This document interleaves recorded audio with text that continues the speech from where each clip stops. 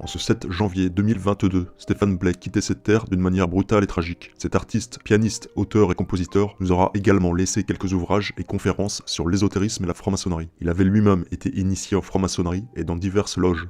Depuis quelques années, il avait, semble-t-il, renoncé à ses serments initiatiques et aux pratiques ésotériques pour faire le choix de dénoncer publiquement l'occultisme, se cachant derrière la vague mondialiste. Sa critique virulente des kabbalistes et talmudistes lui avait valu d'être banni socialement et professionnellement, une dure épreuve l'ayant mené à devoir s'isoler en Turquie. Les médias français ont passé sous silence la mort de ce compatriote pianiste, pourtant vice-président de l'Académie du disque lyrique durant 25 ans, mais aussi admis au grade de chevalier de l'Ordre des Arts et des Lettres en 2005, dont il sera exclu en 2019. En 2006, le magazine Marianne le qualifiera de « roi du clavier ». Il était en effet très doué.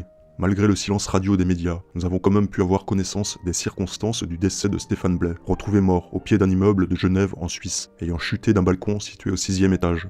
Tout porte à croire qu'il a lui-même mis fin à ses jours suite à un profond désespoir, autant sentimental que social. Bien évidemment, étant donné le pédigré, si j'ose dire, de nombreux internautes pensent qu'il a été assassiné. Il est vrai qu'il recevait régulièrement des menaces de mort.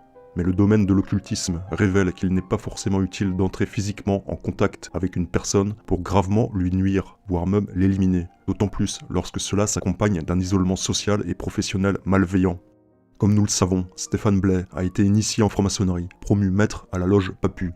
Mais il a également été membre d'autres cercles occultes peu recommandables, tels que l'ordre martiniste, la Rose-Croix, l'ordre templier, mais aussi l'ordre Templier Orientis, l'OTO. Il cumulait les initiations et les grades. Or, nous savons que ce type d'organisation occulte ne relève pas du club de pétanque en matière d'adhésion et de désadhésion. Même si Stéphane Blais avait coupé les liens sociaux et amicaux avec les frères des loges, les liens occultes, eux, persistent quand on a signé. Et le fait qu'il ait de plus exposé publiquement au monde profane l'envers du décor maçonnique a automatiquement braqué l'œil sur lui, en sa défaveur. On te dit que c'est l'œil du grand architecte de l'univers, si tu veux, mais enfin en même temps, dans les sociétés initiatiques, c'est l'œil qui voit tout, c'est-à-dire symboliquement, c'est l'égrégore maçonnique qui est partout et qui voit tout. C'est très clairement ça. Voilà, donc c'est l'œil de l'égrégore maçonnique qui te regarde, qui te lâche pas. Lorsqu'un individu entre dans les processus entre guillemets initiatiques des sociétés secrètes, avec son consentement et sa signature, parfois même le pacte de sang, il crée des liens d'ordre surnaturel dont on ne se défait pas si facilement, mais plutôt très difficilement. La libération de ces groupes occultes lucifériens et de leur emprise spirituelle passe très souvent par une réelle conversion à Jésus-Christ et à son Église. Je pense ici aux anciens francs-maçons, Maurice Caillet et Serge Abad-Gaillardeau, tous deux convertis au catholicisme et ayant dénoncé la loge avec virulence dans des livres et lors de conférences. En effet, lorsqu'on sort de ces ordres lucifériens, il faut se revêtir d'une armure beaucoup plus puissante afin d'obtenir une réelle libération avec une protection, celle du Christ. Stéphane Blais ne semblait pas avoir eu cette démarche de conversion réelle, même s'il est difficile d'affirmer quoi que ce soit quand on est extérieur au cercle privé. Toutefois, ses interventions publiques sur les réseaux sociaux ne montraient pas spécialement une marque de grande foi chrétienne. Or, lorsque l'on mène le combat qu'il menait, notamment d'exposer certaines connaissances occultes acquises en loge, la cuirasse ou bouclier christique est essentielle, voire indispensable. Prions pour son âme et pour ses proches. Gardons bien en tête le danger que représente l'entrée dans certains cercles ésotériques et autres loges exigeant de prêter serment et appliquant la loi du secret initiatique. On n'en sort pas toujours indemne, et il n'est pas nécessairement besoin de flinguer le traître. La mort par entre guillemets l'épuisement pouvant suffire, comprendre les attaques occultes et la persécution par les démons. Je dis ça, c'est intéressant parce que c'est difficile à trouver.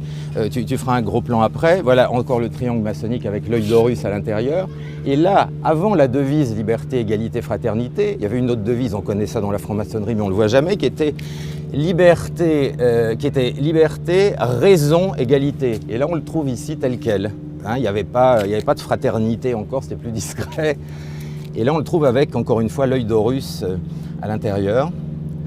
Hein, donc le fameux œil qui voit tout dans le triangle maçonnique avec la devise, enfin, pas la devise définitive, voilà, liberté, raison, égalité, ou liberté, égalité, raison.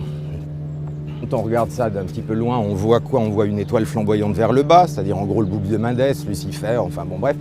Et quand on regarde de plus près, on voit qu'on a un compas et une équerre, mais qui sont tournés de telle manière à ressembler justement au pentagramme inversé. Bon, en fait, pour expliquer clairement, l'équerre dont je disais tout à l'heure qui symbolise la terre, pour les apprentis, le compas qui symbolise l'esprit est placé de cette manière et l'équerre est placé au-dessus. Ça veut dire qu'ils ont encore des progrès à faire. Quand ils deviennent compagnons, une des branches du compas passe par-dessus l'équerre, ce qui veut dire qu'ils sont en progrès dans la spiritualité. Et une fois devenus maîtres, les deux branches du compas passent par-dessus l'équerre et donc ça y est, le maître domine la matière, etc., etc. Sauf que après, dans de plus hauts degrés, les choses s'inversent et on voit l'équerre qui passe au-dessus, le compas en dessous, et on voit ça sur certains tabliers des hauts grades. Et, voilà. Et là, on trouve effectivement avec ce symbole-là, l'équerre et le compas qui sont placés dans une position qu'on ne voit jamais ailleurs, complètement de travers, et qui donne un pentagramme inversé, ce que certains appellent pentagramme luciférien, mais c'est pas ça, mais c'est plutôt, pour le coup, simplement l'esprit au service de la matière et non plus l'esprit qui domine la matière.